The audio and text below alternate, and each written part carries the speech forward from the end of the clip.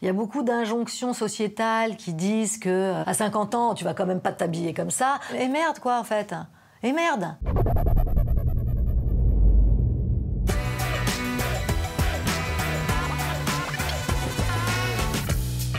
Au sommaire de Story Movies ce mois-ci, une actrice qui se met à nu, un duo de mamans de cinéma, un flic dans la traque de sa vie, comme il le fait tous les jours, et une palme d'or déjantée.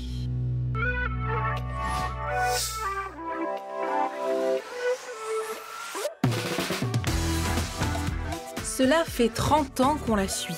Des randonneurs à chansons douces en passant par la famille Bélier et les Chatouilles, Karine Viard serait-elle une des reines incontestées du cinéma français? Je sais pas. En tout cas, ce mois-ci, elle a trouvé son prince. Dans Maria Rêve, elle est une femme de ménage tombant amoureuse d'un irrésistible Grégory Gadebois. C'est pas bon, mais c'est audacieux. Une vraie comédie romantique entre quinquas et dans le décor des Beaux-Arts. Vous m'avez vu? Non, je vous ai pas vu. On y verrait presque un geste punk. On a l'habitude de voir des comédies romantiques avec déjà des gens plus jeunes que nous, avec un côté plus glamour, comme si la comédie romantique induisait une forme de glamour. Et là, en fait, il n'y a pas du tout de glamour, mais il y a beaucoup de sentiments, en fait. Il y a beaucoup d'authenticité, il y a beaucoup de simplicité, il y a beaucoup de profondeur. Vous aimez votre métier, Maria? En général, femme de ménage, c'est pas un métier qu'on choisit.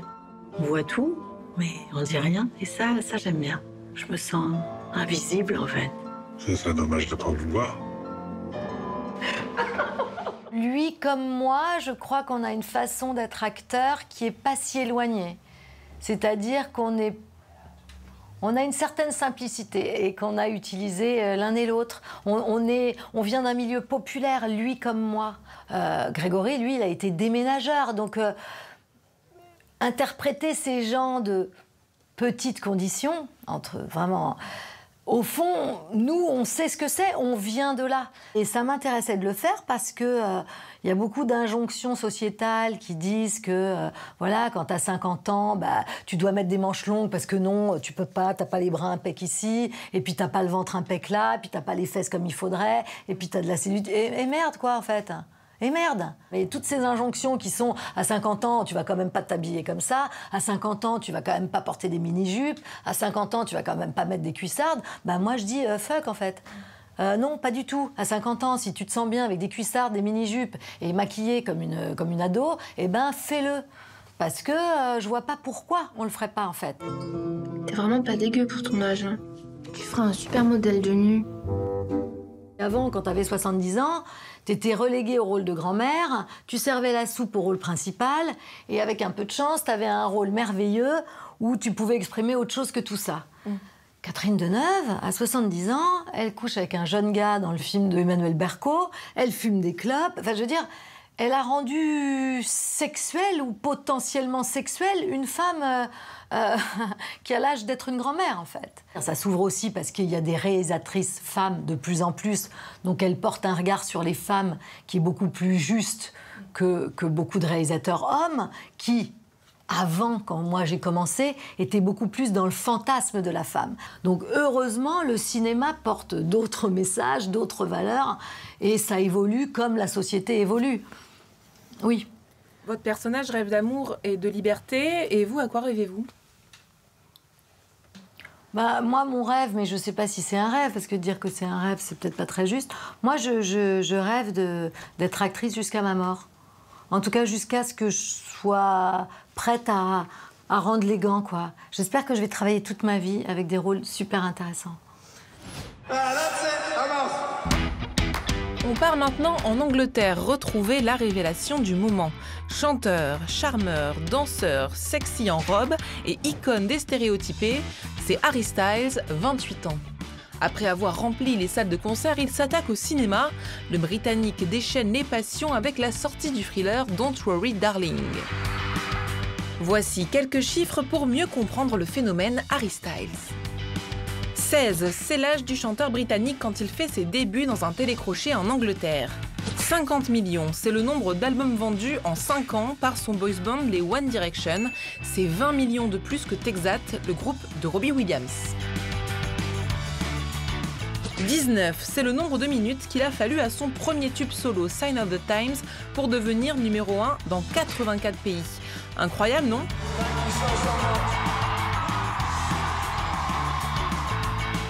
15, c'est le nombre de répliques qu'il a dans Dunkerque de Christopher Nolan. Un petit rôle, son premier, mais pour lui, ça veut dire beaucoup. 100 millions de dollars, Marvel vient de lui signer un joli chèque pour jouer dans 5 films. Harry Styles aux côtés de Tom Holland, c'est un rêve éveillé. Stylé, sexy, super, héros, il sera même au programme d'un cours universitaire au Texas. Nous, on s'est déjà inscrits. Et vous ?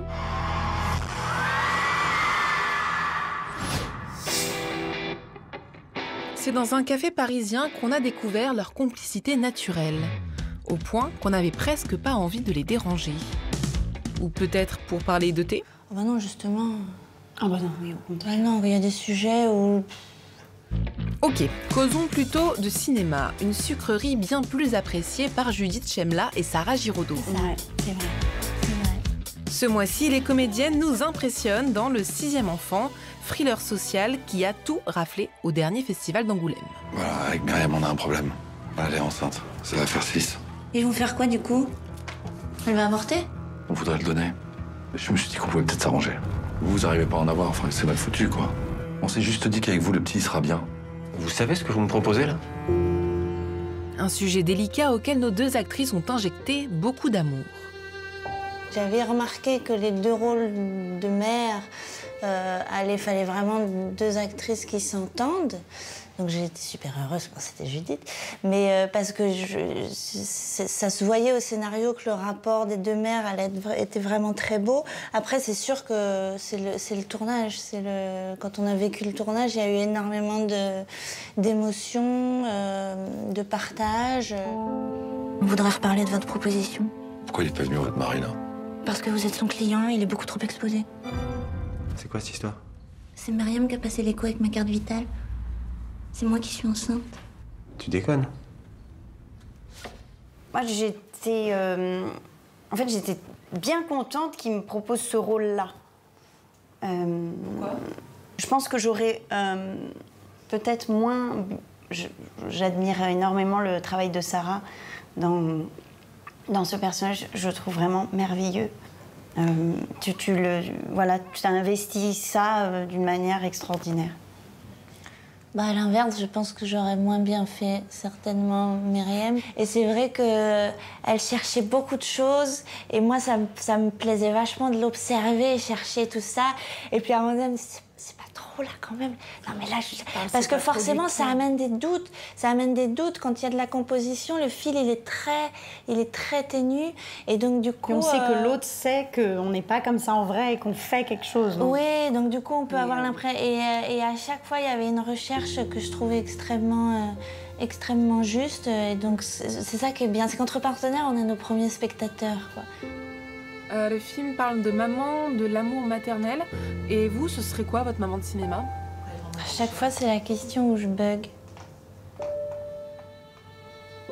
Bah, moi je pense... je sais pas si ça peut être une maman, mais quand même, à Noémie Lvovsky, dont je viens de voir le film, on a travaillé ensemble. Et vraiment, c'est quelqu'un qui me bouleverse parce qu'elle a cette liberté à laquelle on aspire quand même.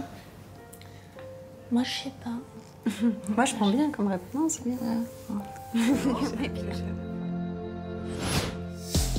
La France touchée au cœur et des ultra riches sur un bateau. Voici nos conseils ciné pour terminer en beauté. Merci. It looks paid for the tickets. Not bad, huh? She's an influencer. Not bad, not bad. So what do you do? I sell shit. C'est la Palme d'Or du dernier festival de Cannes. It's always yes sir, yes ma'am. Sans filtre, la nouvelle comédie très grinçante du cinéaste suédois Ruben Östlund. No. No? What? You say no to me? No, no. Oh, so it's yes? Yeah, no. Yes? Influenceurs et millionnaires trinquent ensemble sur un yacht XXL piloté par Woody Harrelson, mais le repos ne sera pas vraiment au programme.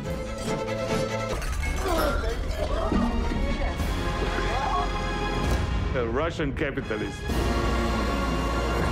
And an American communist. On a $250 million luxury yacht.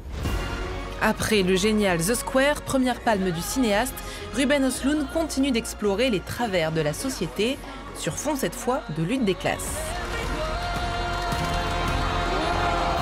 Un voyage hilarant, cynique et mouvementé, à vous bouer. This is really bad. This is really, really bad. Ouais. Nous les avions suivis en direct. Il y a une équipe au Stade de France et l'autre dans Paris, ça a attiré Rubichat au carillon. Les attentats d'automne 2015 ont bouleversé la France. Les terroristes sont entrés au Bataclan, en plein concert. Dans novembre, Jean Dujardin, Sandrine Kiberlin, Anaïs Desmoustiers et Jérémy Régnier se lancent corps et âme dans une course pour retrouver les criminels. Aux dernières informations, il y aurait 2 terroristes en fuite dans Paris. Je veux que le moindre type qui a eu un comportement bizarre dans les dernières 24 heures soit en garde à vue. Arrête-toi! Faisiez quoi le soir du 13 novembre? Le réalisateur de Bac Nord, Cédric Jiménez, se concentre ici sur le travail des enquêteurs. Le résultat est aussi réaliste que spectaculaire. Comment vous l'avez récupéré l'adresse? Je l'ai suivi. Vous avez travaillé en dehors de toute procédure. Non mais reprends-toi là, rassemble-toi, moi j'ai besoin de toi. Qui a dit que seuls les Américains savaient faire du polar? On se retrouve très vite pour encore plus de cinéma. Ciao! Je sais où sont les 2 terroristes.